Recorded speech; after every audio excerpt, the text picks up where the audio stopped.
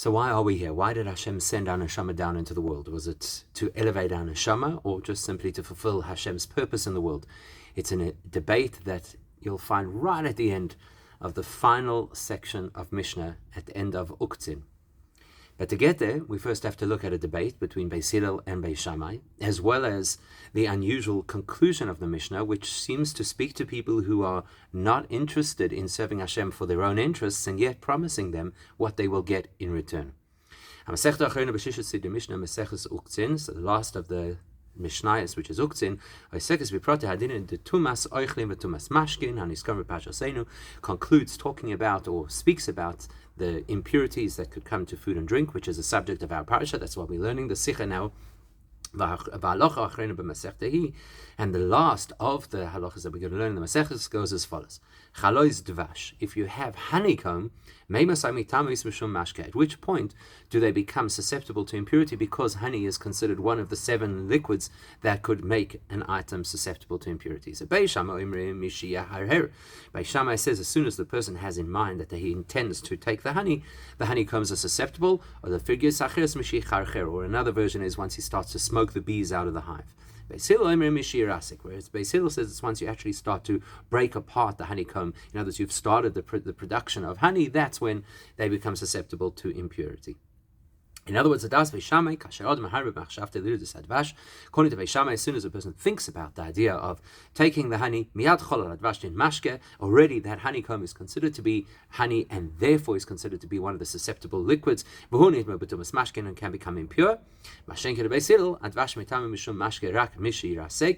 Whereas, according to Beis Hillel, it only becomes considered liquid from the time that you've actually broken the honeycomb open, when you can actually see the liquid, and therefore can be susceptible to impurity as a liquid. And then following that, the next, which is the final Mishnah, goes, Rabbi Shimon Levi says, that in the future the Eibishter is going to give an inheritance to every single tzaddik. And what's that inheritance? 310 worlds. And he learns it from a pasuk shenemar, lehanchil oyahave yesh, that the Eibishter says, I have that which to bequeath to those who love me. And I will fill their storehouses. Then, the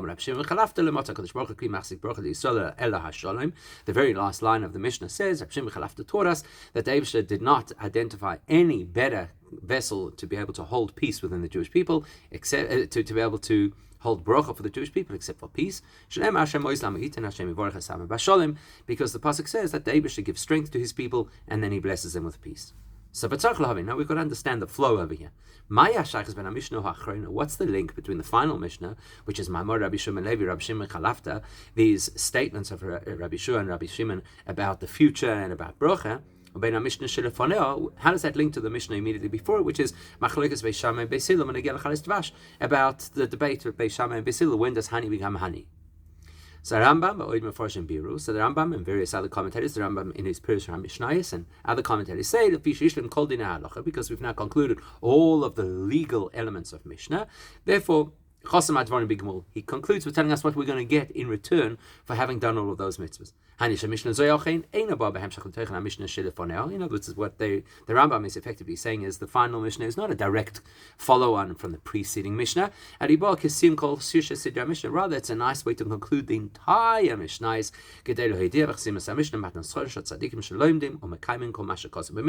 So we can conclude the Mishnah with a good message for those people who are going to uphold the content of the Mishnah. This is what they'll get in return. The only thing is, we find in many places in the Gemara, the Gemara frequently explains why this Mishnah follows that Mishnah, even if there are 2 different Masechtas, right? What is it that we were learning just before, that the Tana decided to start this new Masechta with this particular Mishnah?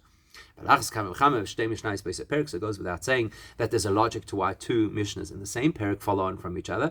So therefore, yes, we could go with the Rambam's view and just say that it doesn't have to be a connection between these 2 Mishnahs, and it's just a summary of the whole of the Shisha Sidra Mishnah. Or we could say that there should be a link anyway, because Torah is not incidental. So the Rambam's explanation is strong, but we want to add flavor. So let's have a look. That Mishnah, which is just before the Mishnah, which tells us about the rewards we'll get for fulfilling mitzvahs. What is the second last Mishnah? The debate Beis Hillel and Beis Shammai about honey and honeycombs. Actually does have a content-related link to the story of what's going to happen to us when Mashiach comes, and that Shalom is the key to bracha.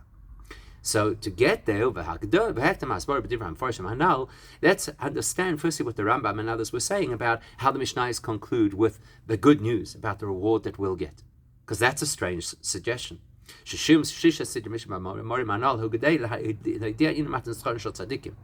So you're telling me that the conclusion of all of the Mishnayos is to discuss or describe the reward that tzaddikim are going to get. And that doesn't seem to make sense. We're talking about tzaddikim. And which tzaddikim? At the conclusion of a whole lengthy study of the Mishnayos. And not just the Mishnayos, but all of the Mishnayos, which are Shleimus B'Nimdat Torah. They have concluded they've kind of achieved a greatness or a wholeness in learning Torah. They basically covered everything which is representative of the oral Torah, and not only did they learn it, but they're tzaddikim, and therefore they learn Torah obviously at the level and with the dedication that a tzaddik does. In which case it should be abundantly clear that these must be people who have already mastered what we've learned much earlier in Pirkei Avos, which is in Seder Nezikin, and that's the kabbalah pras that you serve the master, that you serve the Eibishter without intention of receiving reward. You don't learn in order to get something from it, you learn for the sake of learning. So why then do they need to be told at the end, and this is what you're going to get in return? Well, they're not motivated by that. In fact, let's drill deeper into the actual quotation in the Mishnah. The pasuk which is quoted in this Mishnah says that who's this reward directed at? Oy havai, those who serve the Eibishter out of love. Serving Hashem out of love is something the Rambam describes clearly in Hilchos Tshuva. That is a person who's serving the Eibishter for the correct reasons, without intention of receiving reward. But to quote the Rambam, these are people who do what is true because it is true. Yes, it is true that yes, the Rambam goes on also to say that if a person does what is true because it is true, he is still assured that there will be value and benefit to be gained from it. But that's just a fact. It's not the aspiration of the person, I'm doing what Hashem wants so that I'll get the goodness. In the eyes of the person who is serving the Eibishter, motivated by love, the fact that there's a promise that at the end there'll be reward, that's a side point, it's a fringe benefit. What he's really interested in is to be able to serve Hashem for Hashem's sake. So if a person who's serving Hashem properly, and here we're talking about tzaddikim, if their motivation is to be able to do what the Eibishter wants without self-interest, so how does it fit then? That the concluding paragraphs of the entire 6 volumes or 6 orders of the Mishnah, where a person is at the pinnacle of service of Hashem, having, so to speak, concluded a massive area of Torah learning. How is it possible that the way you're going to summarize it is why don't you say something like, the person at this stage, you know what their benefit is? They are bound up in a deep, intimate way between their neshama and Hashem, or something like that. Instead, there's a promise. That person is going to have 310 worlds. That's your takeaway from having learned Torah and being dedicated to mitzvahs. That is not the language you should be speaking to people of this caliber. Therefore, we have no option but to conclude these 310 worlds that the tzaddik is going to inherit, discussed in our Mishnah, is not your regular run-of-the-mill reward that we always relate to. In other words, that you're being paid in worlds for the efforts you put into serving Hashem in this world. No, that's not what is being told to us over here, but something radically different. These 310 worlds are representative of the tzaddik now achieving an even higher level of complete service of Hashem. So it's basically saying that when a person serves Hashem out of love, that person will then be elevated to a completely different level of connection to Hashem represented by these 310 worlds, and a different level of service of Hashem. It's not a reward, it's an upgrade. Now, once we know that information, it helps us to link Beis Hillel and Beis Shammai arguing about honeycombs to this particular message. That's going to be the bridge between this Mishnah and the preceding Mishnah, which is the debate between Beis Hillel and Beis Shammai about these honeycombs. Because why honeycombs? One of the reasons why the very last halachas in the Mishnah, bearing in mind that the conclusion of an element of Torah is always the absolute summary and, in a sense, incorporates everything that was there before you got to that point, is a lesson related to bees and honey. Why is that? It's because bees are metaphorical, as the Chazal will tell us, and we're going to learn it later in the Sikha. Bees represent the highest level of dedication of a person to Hashem. That's the person who's really serving Hashem for the correct reasons. So because the bee and the honey represent serving the Eibishter for the right reasons, it's the most appropriate Mishnah to have just before we wrap up all of the Mishnayos and speak about the elevated state that a person will be in as a result. That dedication represented by the bee, that is the preparation, that every tzaddik will get this tremendous input from the Eibishter, because we're describing over here this perfection that a person achieves by serving Hashem in the manner of the bee.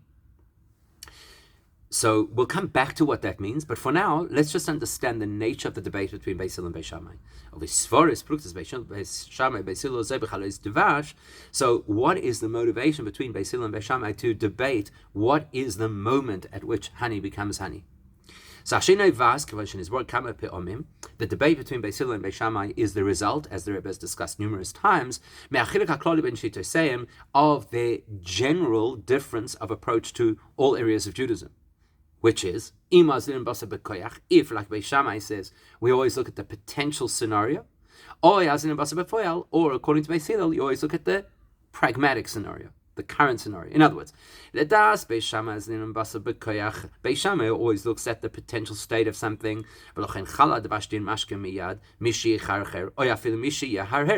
because Beis Shammai says, let's look at the potential of this honeycomb becoming honey. Well, now that you've thought that you want to actually extract the honey, now that potential is becoming something to take into consideration. And certainly if you're smoking the bees out of the hive, then certainly the potential state of these honeycombs as honey is now relevant in halacha.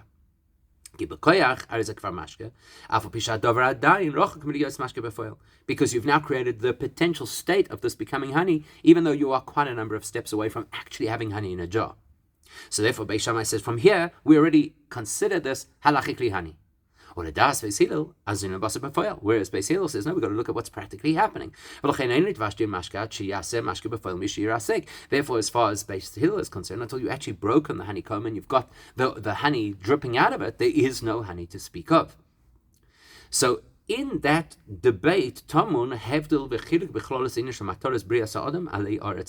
Hillel and Beis Shammai are not only debating about the status of honey with regards to susceptibility to impurity, rather they're using that as a metaphor to discuss how we're supposed to view the purpose of humans on earth, which are summarized. The purpose is summarized at the end of Gemara's Kiddushin. What is our purpose? To serve the Eibishter, and that we'll discuss later on in the Sikha. But the debate between them is about why are we here? And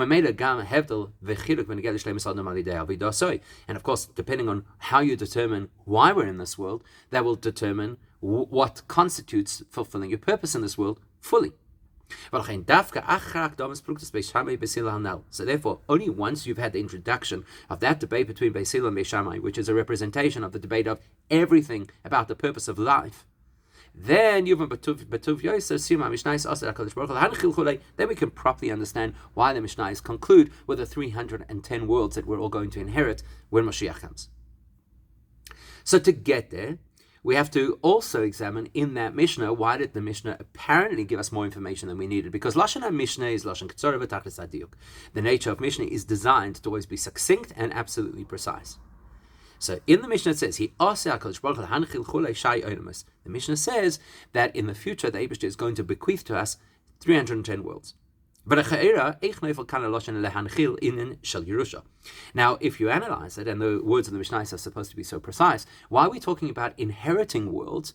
The whole message over here is we work hard, doing what the Eibishter wants, with absolute dedication, therefore we receive 310 worlds. That's not how Yerusha works. Yerusha is not the result of a payment or a gift because of something that somebody has done.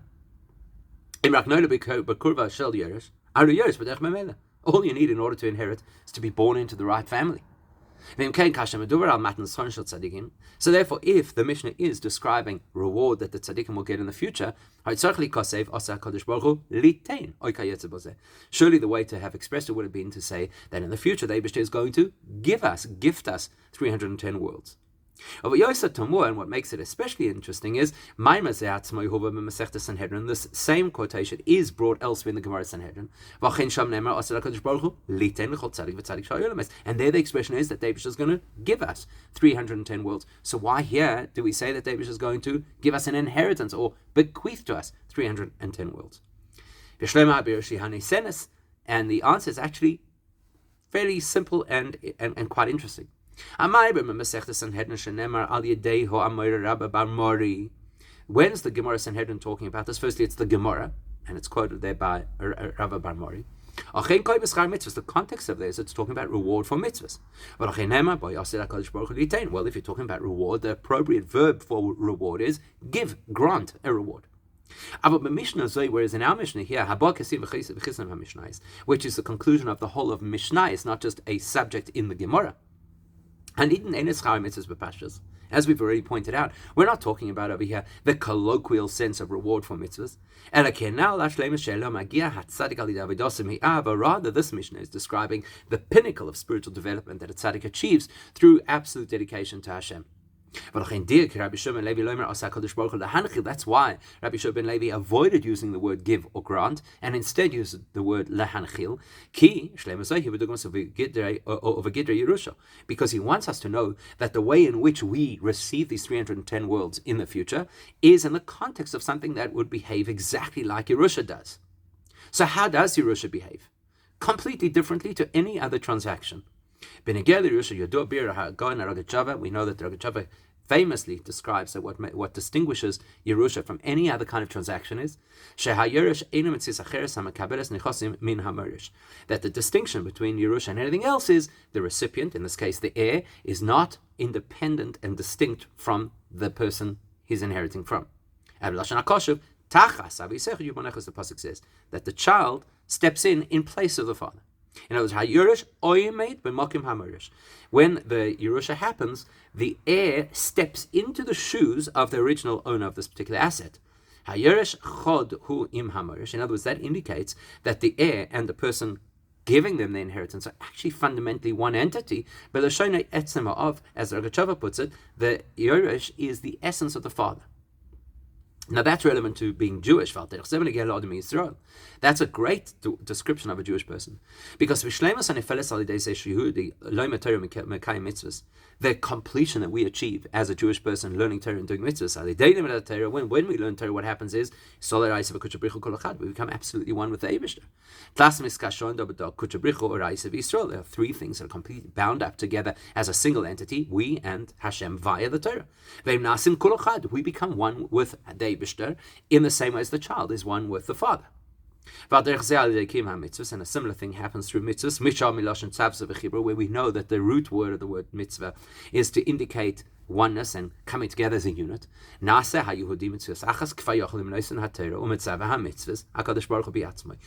learning Torah and doing mitzvahs, we, so to speak, become absolutely one with the giver of Torah and the instructor of mitzvahs.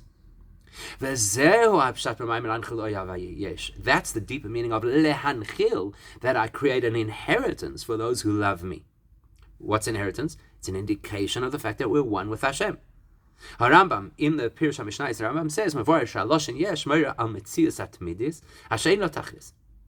so the Rambam says the word yesh is an unusual word because it implies something that always exists without expiring.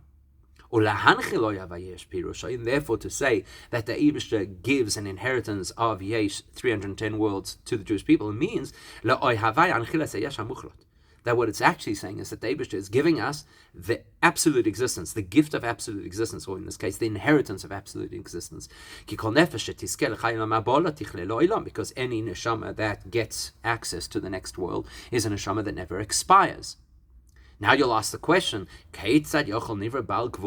is it possible for a created being, which we are, and therefore a finite being, to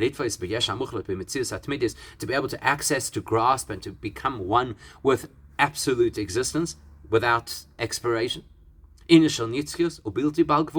is a finite creature able to access infinite eternity? So that's what the pasuk says. It's because it's a nachla, it's because it's an inheritance. It's not a gift that we're receiving from the Eibishter, who's very generous and deciding to give us a gift of infinity when we're finite beings. Like any ordinary transaction where I'm independent of the seller or the gifter, and now I'm taking something from them, from their property, into mine. It's rather, the pasuk is telling us clearly that the Jewish people inherit this particular access, and the nature of a Yorish is that you're one with the Moirish, so we're one with Hashem, and therefore we're not actually as finite as we appear. We are the Eibishter's children. Therefore, when a Jew studies Torah, does mitzvos, what that does is it doesn't earn us points, it doesn't earn us rewards. Rather, it exposes the reality that we are one with absolute existence. We're one with the Eibishter, Metzius Atmidis, the entity that exists all times. Oisi atem loichim, as Chazal say, right? That by learning Torah, you're literally taking the Eibishter for yourself.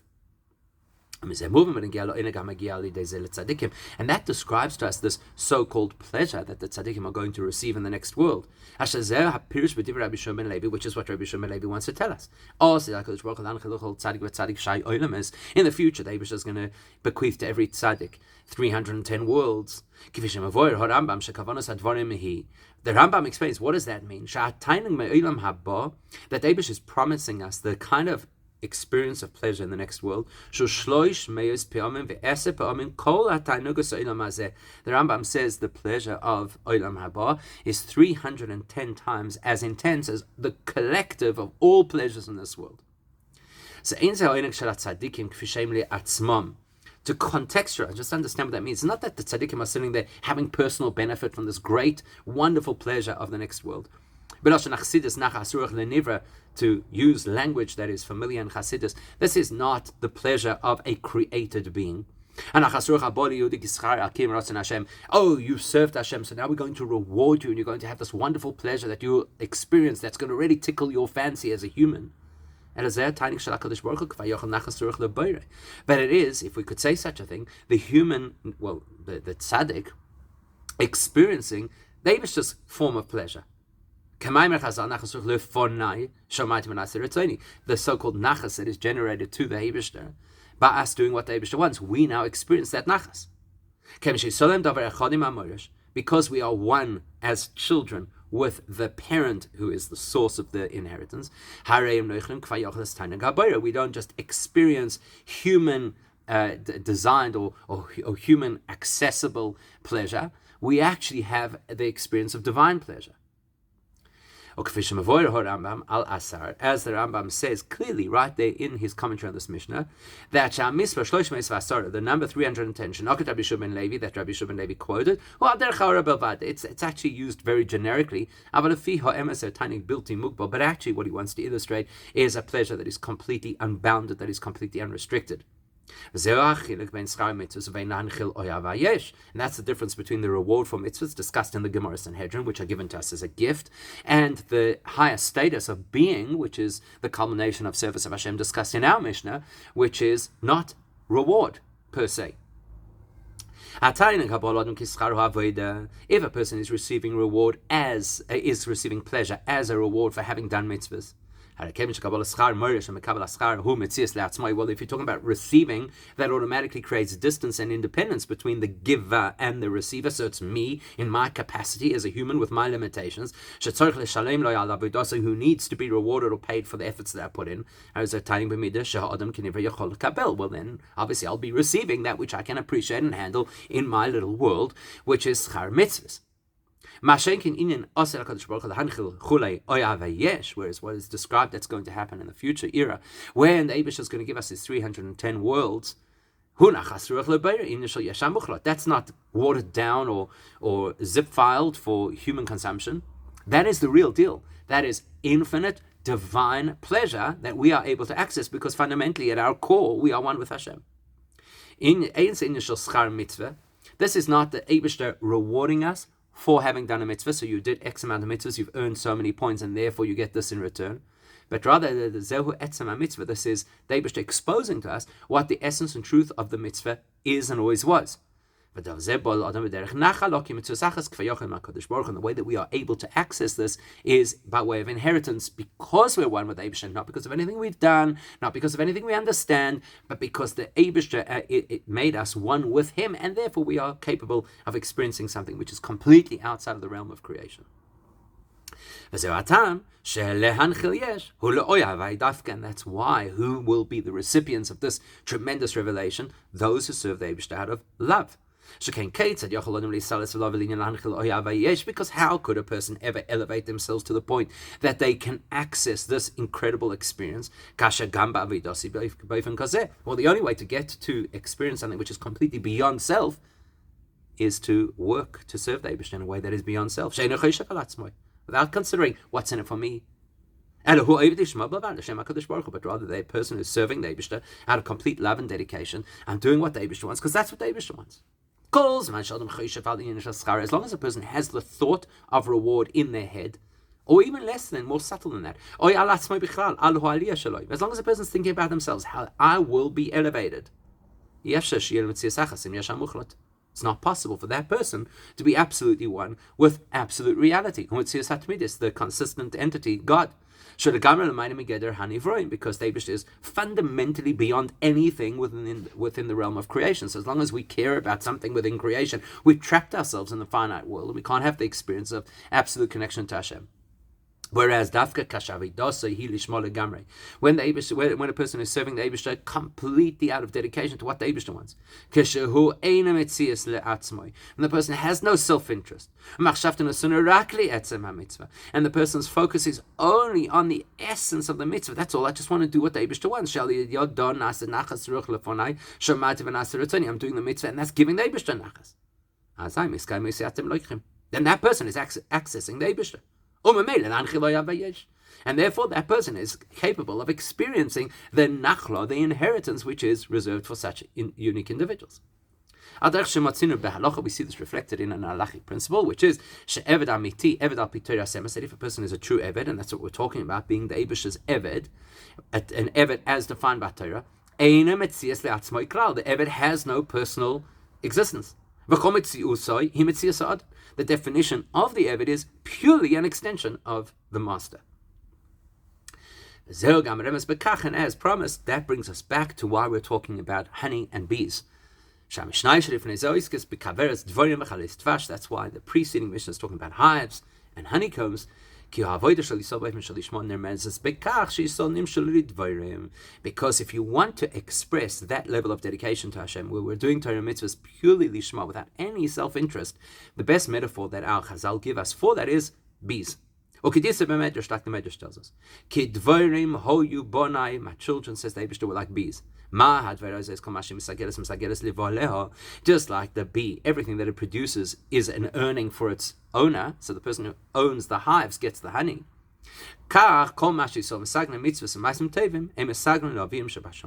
Likewise, all of the accumulation of mitzvahs and good deeds that people do is for what purpose? For the Eibishter. Okay, the Torah explains the way that a person reaches this point of dedication to Hashem, like the bee, purely just working for the owner, is by a person recognizing, says the Torah, that I wasn't created for me. Yes, by having my neshama in this world, it will elevate me tremendously. So there is personal benefit, but that's not the reason. And the ultimate reason for my creation is to be able to serve the Eibishter, to be able to give honor to the Eibishter. If I happen to be elevated in the process, great. Going back to the quotation we already mentioned before, why was I created? To serve the Eibishter.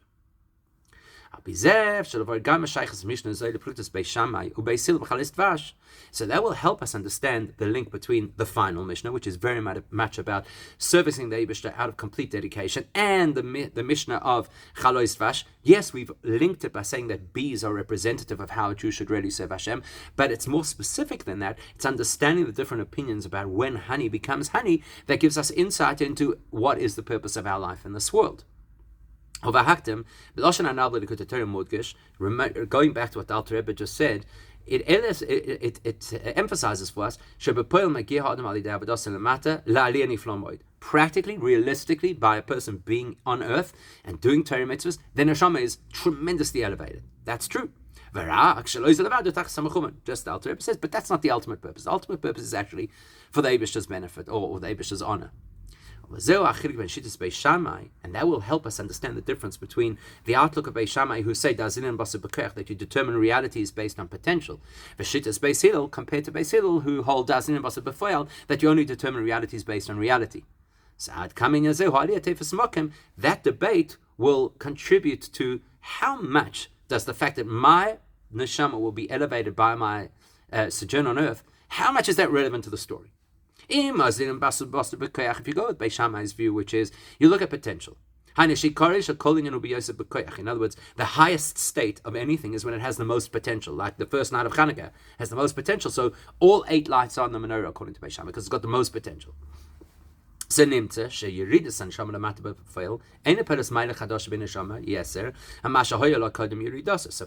Shammai's perspective, once the neshama enters this world and actually starts to do the mitzvahs, it doesn't really add any value to the neshama because in Shemayim it already had the potential to do all of those mitzvahs, and that's what counts. Because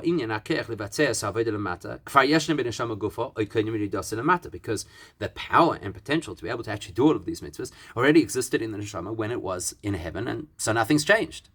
Not only that, the truth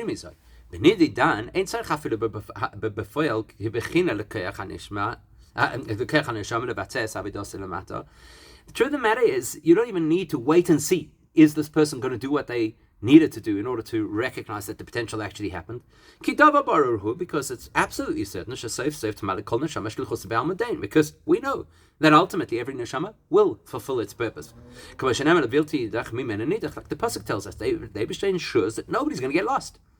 And especially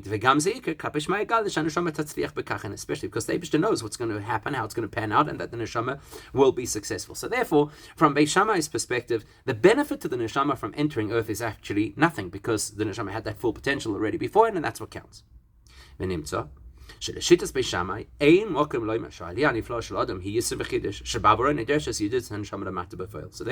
from Beis Shammai's perspective, the fact that the neshama will be elevated by living on earth is actually not a reason to send a neshama to earth. As long as I know it has the potential, it was good enough. It didn't actually have to play it out.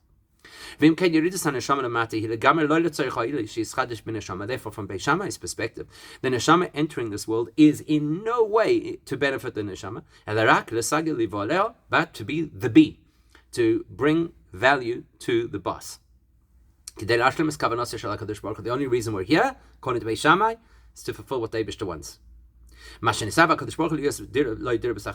Eibishter wanted this world to be a place that accommodates his essence, and that's the only value. Because the ultimate purpose is that the Eibusha should have a home on earth. Well, that can't be achieved by neshamas just being in their potential state in heaven. The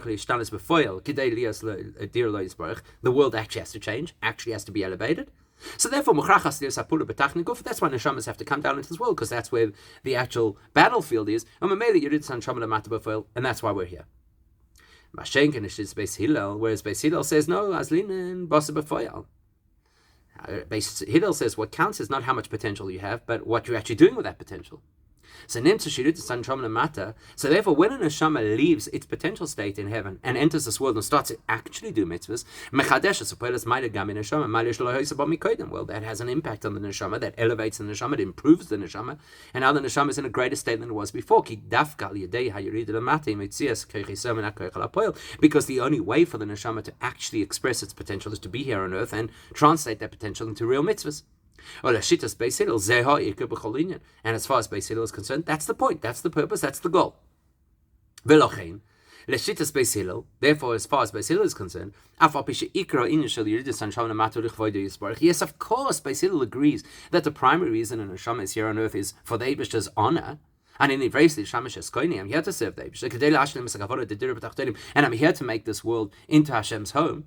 And Beis Hillel agrees that should be my primary motivation. But simultaneously, that avodah does impact and elevate me.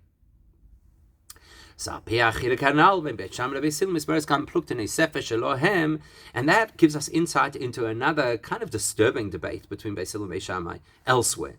The Gemara tells us that according to Beis Shammai, they say it would be preferable for humans not to have been created rather than be created. Whereas Beis Hillel respond, it's better that we actually exist.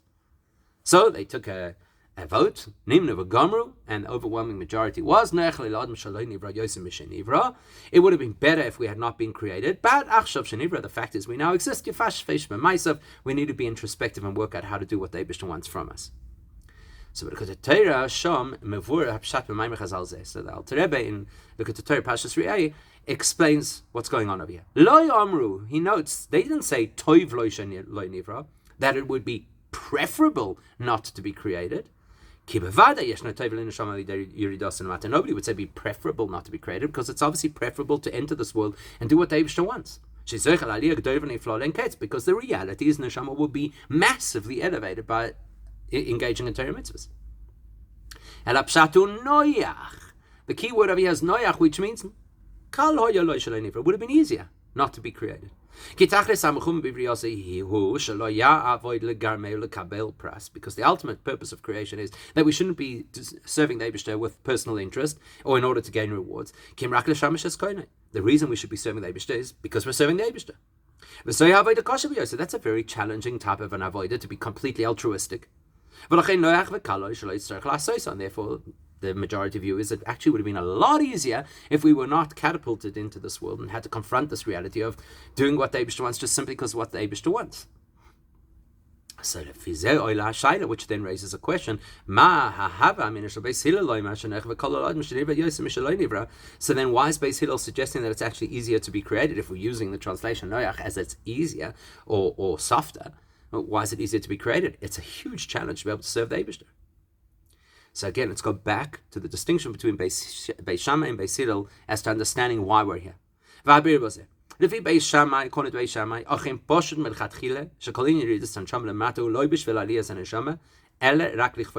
Beis Shammai says there is no gain for the neshama by entering this world, because as long as the neshama has its potential, that's what counts. And so the only reason the neshama comes into this world is to do what the Eibishter wants. Because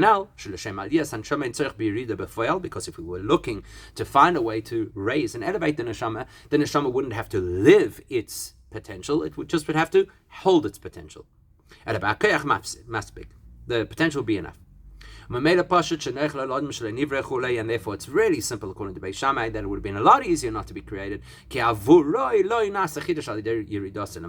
as the neshama is not going to be in any way transformed through entering this world, and it's just to serve the Eibishter. So it would have been easier for me not to be created. It's a reality check. Mashenkin das Beis Hillel, whereas Beis Hillel says Yashmokim lo Mashenech lo Lodem Shenivler, Yosem Mishaloi Nivra. Maybe there's a way that it's actually logical to say it's easier, better, more straightforward to be created than not to be created. Ki Irulole Nivra, because if you were not created, then there would be no way to access this tremendous potential elevation. And if that's true,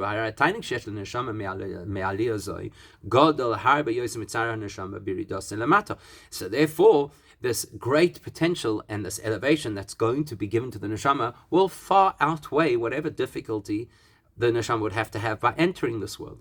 Which actually makes it simpler to be created.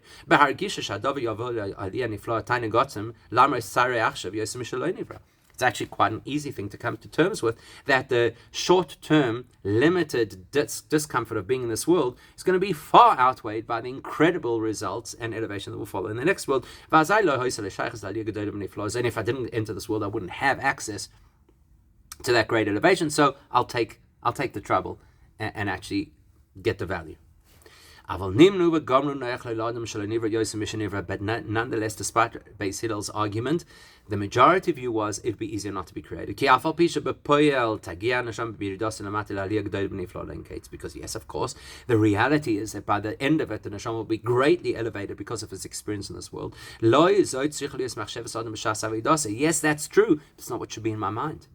That's not what should drive me. What drives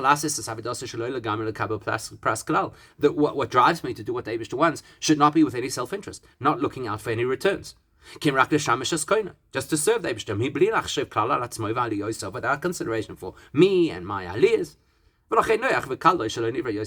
And that would be, therefore it's saying it's easier not to be created, because then you start to kind of get distracted by personal interest. And that finally ties up for us why the second last Mishnah is all about honeycombs, and the last Mishnah about the great experience of the next world. First, the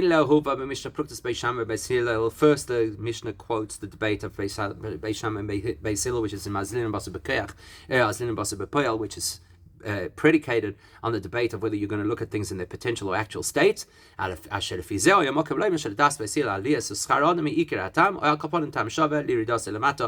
needed that information because that allows us to know that Beis Hillel is of the view that what I stand to benefit out of being an neshama here on earth is something that has to be taken into consideration. And then the continuation of the Mishnah is similar to what the final conclusion was, where the majority said, it would have been easier not to be created. In other words, don't focus on what you're going to get out of it. Don't think you're living for the aliyah of your neshama. You're living to do what the Eibishter wants. That's reflected in the final Mishnah. That the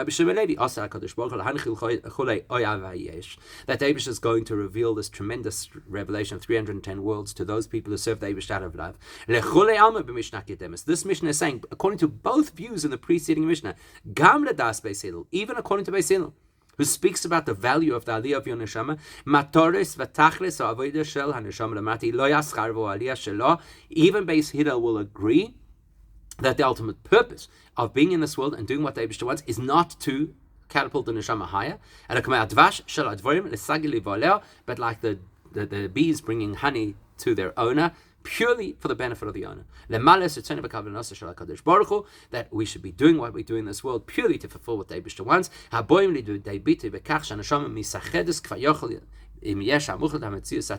And that will be, of course, most openly expressed when that neshama is clearly one with the original source, with the Eibishter himself. We shouldn't misinterpret this to mean that there is no elevation of the neshama or there is no comeback to the neshama. And there will. That's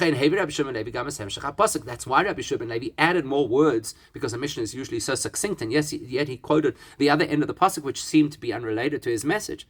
After he talks about the concept of nachla, being an heir who becomes one with the moirish, and therefore that indicates that we have this tremendous oneness with Hashem, he still adds, your or their storehouses will be filled. Which means the storehouses of tzaddikim in this world, the vats of bracha in this world, because the Eibishter never withholds the reward that is due to any person. Therefore, the neshama, as part of the created reality, also receives benefit. But Rabbi Shimon Levi didn't bring that aspect as the key message he wanted to share. He didn't say in the future the Eibush is going to give us a nachla and he's going to fill our storehouses. He mentioned it as a sidebar because he had quoted the pasuk, where the pasuk is speaking to his primary theme, which is the greatness and the elevation of a person to become one with Eibusha, which will be expressed in the future. But he also at the same time doesn't want us to imagine that there's no schar for the neshama, and therefore he alludes to it, which is really just a secondary element. He also quoted the end of the pasuk that the Eibush is going to fill our storehouses. Void Shlomo Bazen is one more point to consider. We all know that in the future the halacha will follow Beis Shammai. And one of those reasons why we'll follow Beis Shammai in the time of Mashiach is because in our world where typically people are very self-conscious, so the practical application of Judaism follows Beis Hillel, and it has to speak the language of somebody who still needs to be told and needs to be reassured that I'll have some elevation out of this too. But in the future, in the future, the revelation of truth is going to be that every single entity, the physical flesh itself, will be able to see the Eibusha. And we will literally, actually be one with Hashem, with the absolute eternal existence. So then personal interest is going to be completely moot. It's going to be completely irrelevant. And the only greatness is going to be connection to the Eibusha. And therefore Rabbi Shimon Levi was talking about the future. And where is he talking about the future? At the conclusion of the whole of Mishnayos. They're representing where a person has now completed their service of the Eibusha. They are at the highest form of tzaddik that is possible. His messages, the oneness with Eibusha, that we have this inheritance, that we become one with Hashem, and we reach the state of being where we're no longer thinking about self. But Rabbi Shimon Levi is also conscious of the fact that Mishnayos are written in the human world, addressing humans with human considerations. Therefore, Rabbi Shimon Levi he also quotes the end of the pasuk that there will be rewards,